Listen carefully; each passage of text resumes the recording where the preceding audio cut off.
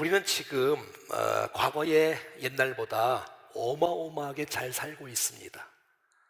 정말 우리가 지금 먹는 거, 입는 거, 거하는 거, 생활, 그거 옛날에 꿈만 같은 일이었는데 우리가 옛날에 그 꿈만 같은 일들을 지금 그렇게 살고 있습니다. 그럼에도 불구하고 감사가 더 많아져야 되는데, 옛날에는 어려운 주도 감사했는데 지금은 풍성한데도 불구하고 감사가 줄은 이유는 무엇일까요? 아하, 감사라는 것은 환경의 문제가 아니라는 사실, 감사라는 것은 이 상황의 문제가 아니라고, 이것은 믿음의 결단이고 이것은 가치의 기준이고, 정말 우리의 생각만 바뀔 수만 있다면 어떤 상황 속에서라도 감사할 줄로 믿습니다. 그래서 이 골로새 1장 3절 말씀에 사도 바울은 너희가 우리를 위하여 기도할 때마다 하나님 곧 우리 주 예수 그리스도의 아버지께 감사한다, 감사한다. 내가 교회만 생각하면 감사가 나온다, 성도만 생각하면 감사가 나온다는 이 사도 바울의 고백, 골로새 3장 15절과 16절과 17절에는 계속해서 반복적으로 감사하는 자가 되라, 감사하는 마음으로 하나님께 찬송해라, 하나님 아버지께 감사하라, 감사하라, 계속해서 반복적으로 우리 가운데 요청하고 있는 것입니다. 오늘 본문 그래서 2장 7절 말씀은 너희는 믿음에 굳게 서서, 믿음에 굳게 서서, 믿음에 굳게 서야 감사함이 넘친다는 것이에요. 그러니까 여러분, 이 감사라는 것은 믿음의 문제, 믿음의 문제. 난 여러분 모두가 믿음에 굳게 서서 감사함이 넘쳐나는 인생 될 수 있기를 축복합니다. 여러분, 우리가 감사가, 우리가 믿음이 견고한지 안 견고한지, 믿음이 풍성한지 안 풍성한지 알 수 있는, 측정할 수 있는 방법은, 내가 감사하는 인생이 되어지면 그 사람 믿음이 있는 사람 틀림없어요. 믿음에 굳게 서지 못하면 감사할 수가 없어요. 다 내 힘이고 내 지혜고 내 능력으로 왔다고 교만한 사람들의 모습이 다 감사가 없는 것이에요. 사랑하는 여러분, 느낌의 문제가 아니라, 감정의 문제가 아니라 믿음의 고백으로 감사하는 우리가 될 수 있기를 축복합니다. 여러분 생각해 보세요. 하나님 나를 사랑하신다는 믿음이 없는데 어떻게 감사해요? 주께서 나를 도우신다, 나와 함께 하신다, 나를 인도하신다, 나를 축복하신다, 내 죄를 용서해 주셨다, 기도에 응답하신다, 이런 믿음이 있을 때에 감사가 넘쳐날 줄로 믿습니다. 어려움이 와도 우연은 없다, 하나님의 섭리가 있다, 하나님의 주권이 있다, 하나님의 뜻이 있다는 것을, 모든 것은 합력하여 선을 이루신다는 사실을 믿음으로 받는다면 그 속에서 감사할 수 있을 줄로 믿습니다. 그러면 여러분, 감사가 우리의 신앙의 절정이고 최고봉이란 말이에요. 근데 믿음에 굳게 서야 그 감사가 넘칠 거 아니겠습니까? 그러면 믿음을 어떻게 하면 견고하게 세울 수 있을까? 오늘 본문 6절은 이렇게 말하고 있습니다. 그러므로 너희가 그리스도 예수를 주로 받았으니, 아하, 너희가 그리스도 예수를 주로 받아야 되는구나. 그리스도 메시아를, 예수 구원자를 주로 받는 거구나, 영접하는 거구나, 내가 받는 거구나, 내가 붙잡는 거구나, 내가 믿는 거구나. 무엇으로? 여러분, 주로. 아하, 내 인생의 예수 그리스도를 내 인생의 내가 주인이 아니라 주님이 주인으로 받을 때에 믿음에 굳게 설 수 있고 감사가 넘쳐날 줄로 믿습니다. 여러분의 주인은 누구십니까? 주인 주자잖아요. 나의 주인은 누군가? 난가 주님인가 말이지요. 이 골로새 교회 성도들은 누구를 통해서 복음을 듣고 예수 그리스도를 주라고 고백했냐면, 에바프라라는 사람을 통해서 복음을 들었어요. 여러분, 바울이 에베소에서 복음을 증거하고 있는데 에바브라라는 사람이 에베소에 간 거예요. 거기 가서 사도 바울을 통해서 복음을 들었고, 그 복음을 통해서 이 에바브라가 주 예수 그리스도를 구주로 영접하고 주님으로 모신 거예요. 그리고 백성들에게 선포하는 거예요. 예수를 믿으라고요, 구주라고요, 주님이라고. 그럴 때 에바브를 통해서 골로새에 있는 많은 사람들이 주님을 믿고 골로새 교회가 세워지는 축복이 있었던 것이에요. 내가 예수 믿기 전에는 내가 주인이었어. 내 가정의 주인은 나, 나의 인생의 주인은 나, 나의 모든 것의 주인은 나, 내 중심, 나. 내 맘대로 결정하고, 내 맘대로 말하고, 내 맘대로 생각하고, 내 맘대로 행동하고. 왜? 내가 주인이었어요. 하지만 주님이 나의 주인인 이상 내가 주인이 아니라 내 맘대로 하는 것을 중단하고, 주님이 원하시는 삶, 주님이 기뻐하는 삶, 주님이 원하시는 삶, 주님이 나의 인생의 주인 되어지는 모습을 변한 사람들이 예수 믿는 사람이고 믿음으로 굳건히 설 수 있는 축복의 사람인 줄로 믿습니다. 사랑하는 여러분, 내 인생 내가 불안하고 내가 연약하고 부족하고 캄캄하고 내가 미래를 알지 못하는 내가 주인이면 얼마나 힘들고 답답하고 어렵겠어요. 하지만 여러분의 주인은 주님입니다. 여러분, 이 교회의 주인은 어떤 누가 아닙니다. 예수님이십니다. 예, 그렇습니다. 여러분, 주께서 우리를 위해서 죽으시고 부활하신 그 놀라운 주 예수 그리스도가 나의 주인으로 모실 때에 믿음이 견고하게 세워질 수 있고 진짜 감사할 수 있으며 믿음이 성장할 수가 있는 거예요. 여러분, 이 세상의 최고의 축복은, 최고의 기적은, 최고의 은혜는 예수 그리스도를 구세주로, 주님으로, 주인으로 모시는 것입니다.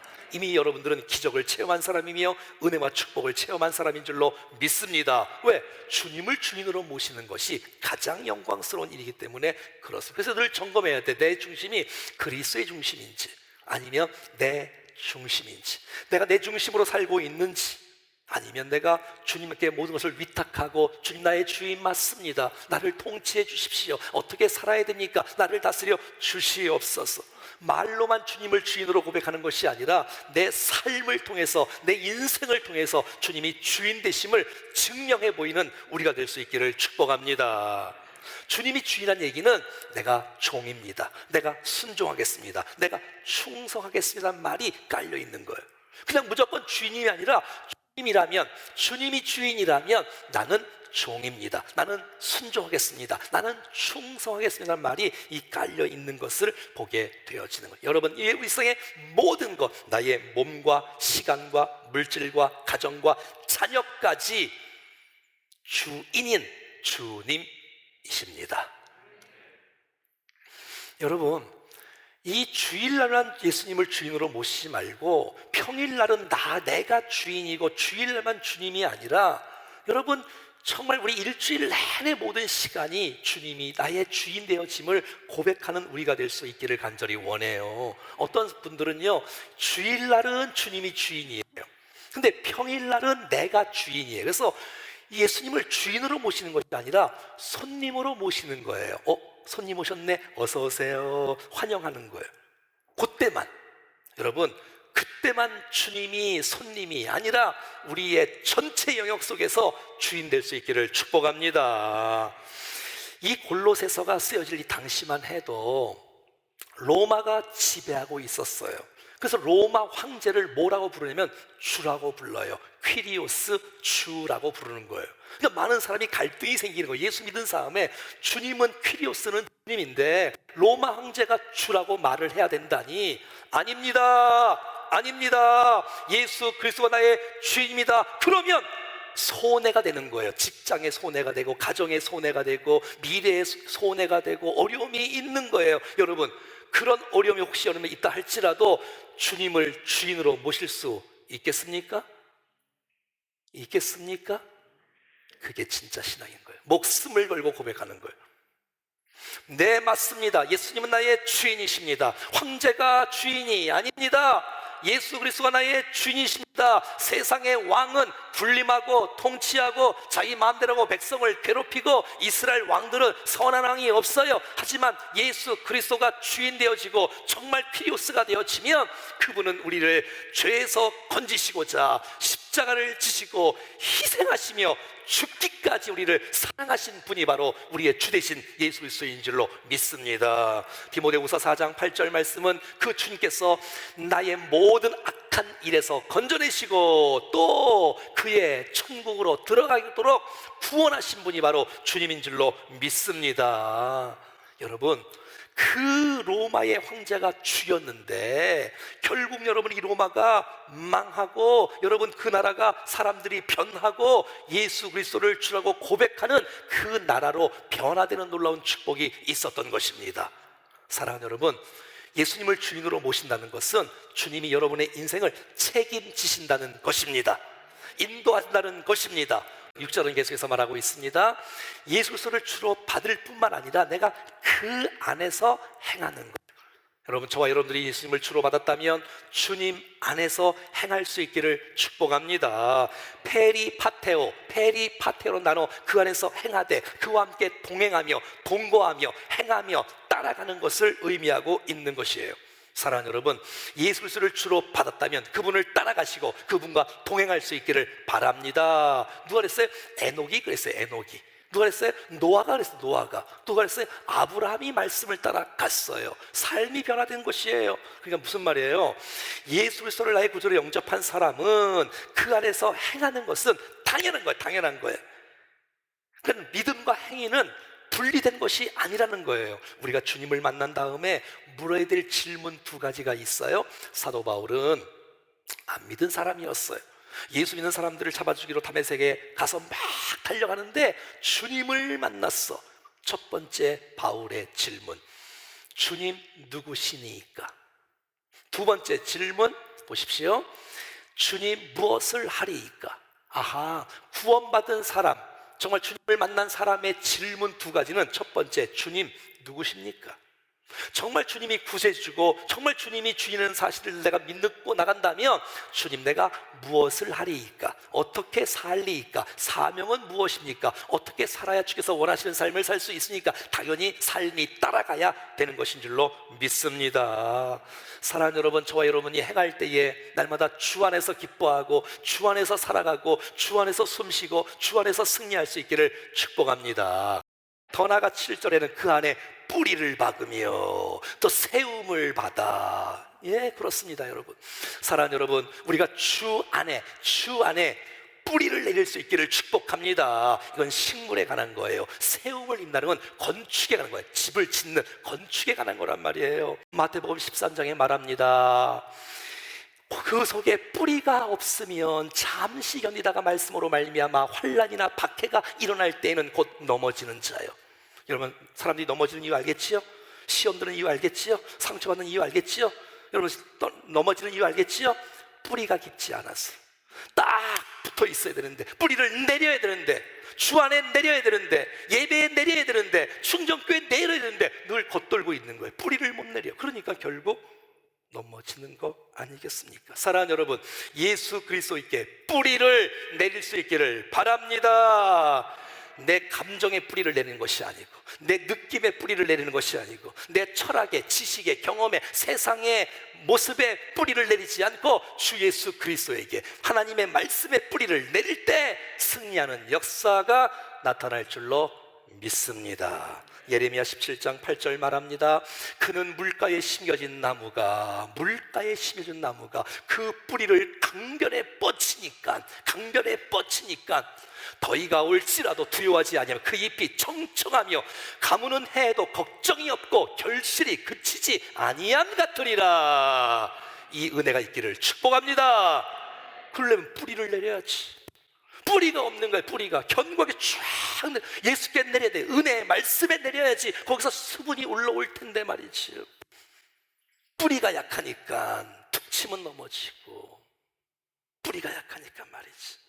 그 다음에 뿌리를 내릴 뿐만 아니라 견고하게 잘 세워갈 수 있기를 축복합니다. 그래서 세워지는 거 아니에요? 여러분, 이 건물도 1층, 2층, 3층, 뭐 5층, 10층, 20층, 100층까지라도 끄떡없는 거는 여러분 뿌리가, 기초가 튼튼할 때, 기본이 튼튼할 때, 기초가 튼튼할 때, 나의 근거가 주님께 붙어 있을 때, 말씀에 붙들린 바 있을 때 흔들리지 않고 쓰러지지 않는 놀라운 역사가 나타날 줄로 믿습니다.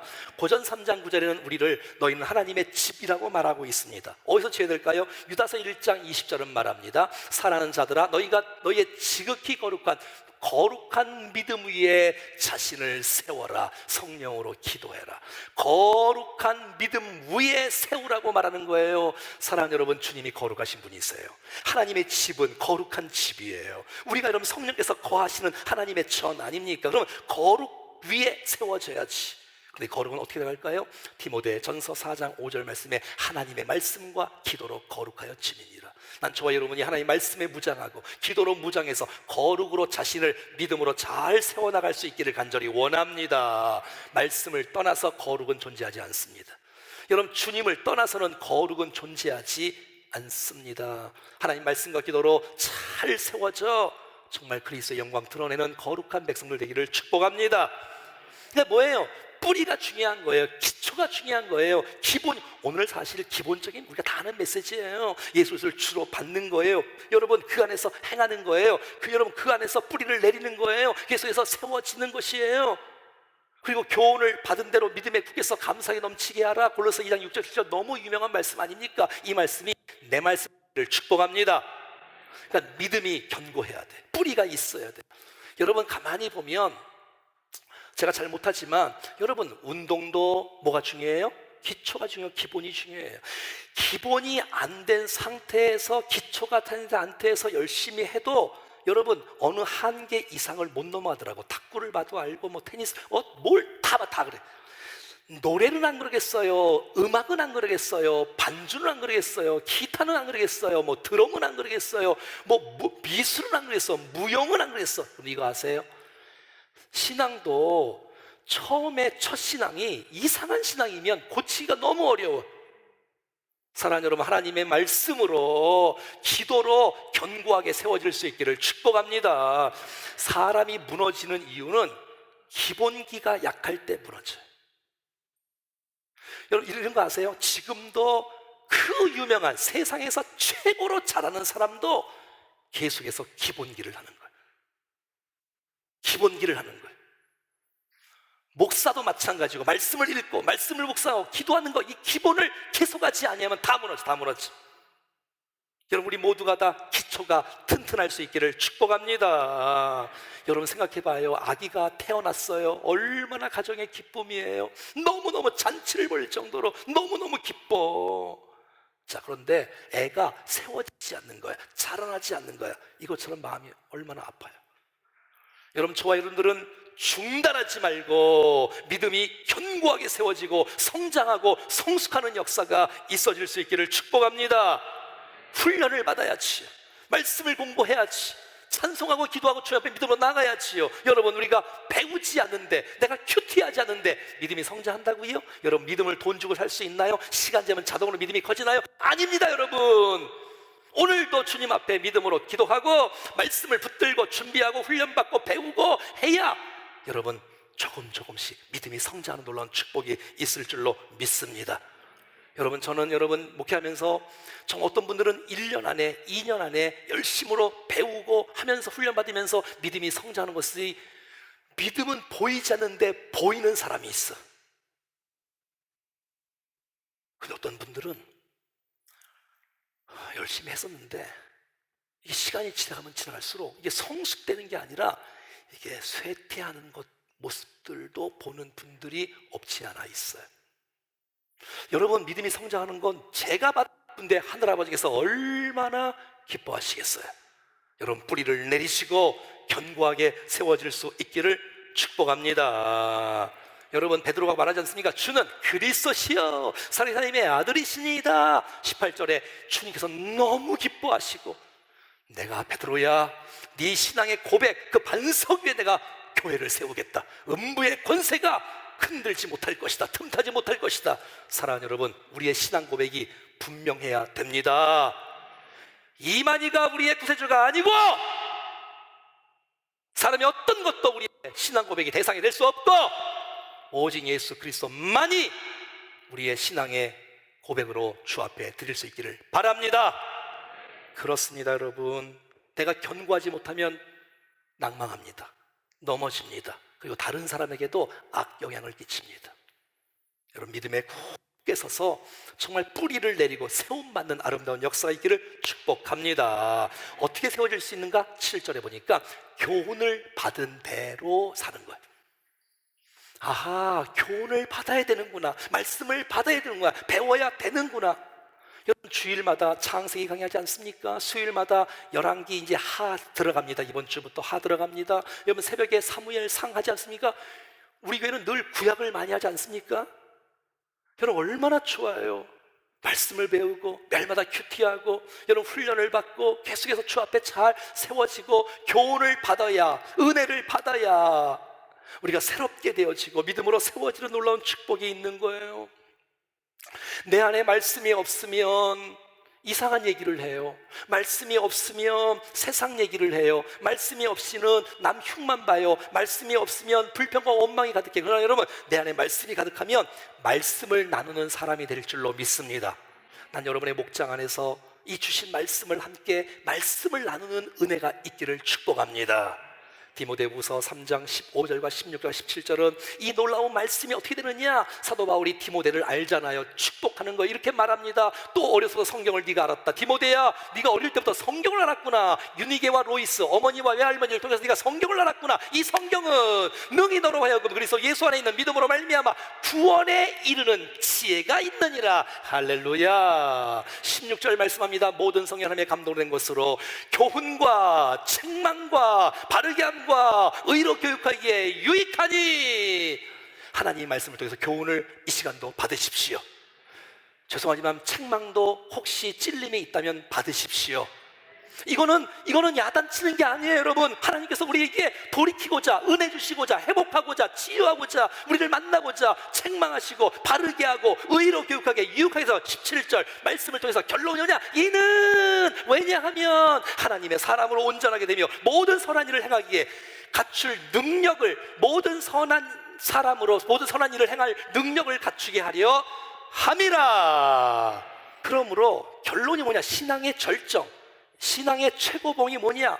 여러분 보세요. 내가 예수 그리스도를 주로 받고 그 안에서 행하고 그 안에 뿌리를 내리고 그를 세움을 받아서 교훈을 받은 대로 믿음에 굳게 서서 결론, 감사함이 넘쳐나는 것, 이것이 정말 성숙한 사람이요 주께서 원하시는 아름다운 열매인 줄로 믿습니다. 여기서 이 감사가 넘치게 하라, 넘치게 하라. 페리슈오, 정해진 분량을 초과한다. 내가 조금 감사하는 게 아니라 풍성한 감사로 주님 앞에 감사가 넘치게 하는 거예요. 여러분, 넘친다는 건 뭐예요? 흘러 넘치는 거예요. 하나님 감사합니다. 하나님 감사합니다. 하나님 감사합니다. 하나님 감사합니다. 할렐루야. 감사가 흘러 넘치는 거예요. 이거는 숨길 수가 없는 거예요. 숨길 수가 없는 거예요. 왜? 그냥 모습이, 얼굴만 봐도 저거는 감사하는 모습. 여러분, 감사하는 삶의 얼굴이 아름답지 않겠습니까? 원망하는 삶의 얼굴이 여러분 이 기쁨이 있겠습니까? 사랑하는 여러분, 감사가 넘쳐나는 인생은 승리의 인생입니다. 축복의 인생입니다. 감사가 풍성하면, 감사가 많아지면 은혜가 넘치고, 감사가 많아지면 은혜가 풍성하고 하나님께서 영광을 받으시는 아름다운 인생이 될 줄로 믿습니다. 인색한 감사 말고 풍성한 감사로 여러분 정말 만나는 사람들에게 고맙습니다, 감사합니다, 고맙습니다, 감사합니다, 이 고백, 여러분 이렇게 고백하는 사람이 승리의 인생입니다. 믿음을 굳게 하는 사람입니다. 내가 복 있는 인생이 되기 위해서, 내가 행복하려면 여러분 감사로 행복의 문을 여는 거예요. 근데 여러분, 내 이 은혜와 기적과 감동과 축복과 능력과 역사는요 불평을 통해서 행복이 빠져나가는 거예요. 원망을 통해서 행복이 빠져나가는 거예요. 한번 따라합시다. 절대 감사. 그렇습니다. 무조건. 여러분 이거 아세요? 그 감사도 내가 하는 게 아니라 하나님이 선물로 은혜로 주셔야 감사할 수 있는 거예요. 여러분 이렇게 다짐하지 않겠어요? 나는 절대 무조건 감사하리라. 그게 범사에 감사하는 거예요. 여러분 그런 인생이 복된 인생인 줄로 믿습니다. 여러분의 입에서 감사가 떠나지 않는 은혜가 있기를 간절히 소원합니다. 여러분 답답하십니까? 여러분 힘드십니까? 코로나 때문에 사업이 망하고 물질 때문에 너무너무 힘드십니까? 질병이 찾아와 너무 괴롭습니까? 자녀가 말을 안 듣고 방황하고 있습니까? 여러분 정말로 관계가 너무 힘들으십니까? 그것이 바로 요나서 2장 9절 말씀 아닐까요? 여러분 요나가 물고기 속에 갇혀 있는 거예요. 얼마나 캄캄하겠어. 너무 답답하고 너무 어렵고 냄새나고 정말 힘들고. 그런데 주님께서, 여러분 이 요나가 이 물고기 속에 들어가니까 잘못을 깨닫고 회개하게 되었지. 근데 회개한 다음에 바로 나오는 고백이 감사의 고백이야. 나는 감사하는 목소리로 주께 제사를. 지금 요나가 어디서 제사를 드리냐면 물고기 뱃속에서 감사의 예배를 드리고 있는 거예요. 그랬더니 감사했더니 하나님께서 요나에게 한 번 더 기회를 주시려고 물고기가 이 요나를 토해내고 육지에 나오게 되어지고 복음을 증거하는 사람으로 변화된 놀라운 축복이 있었던 것입니다. 답답하십니까? 불평할 수밖에 없는 상황입니까? 여러분, 그 속에서 회개하고 감사가 터져나올 때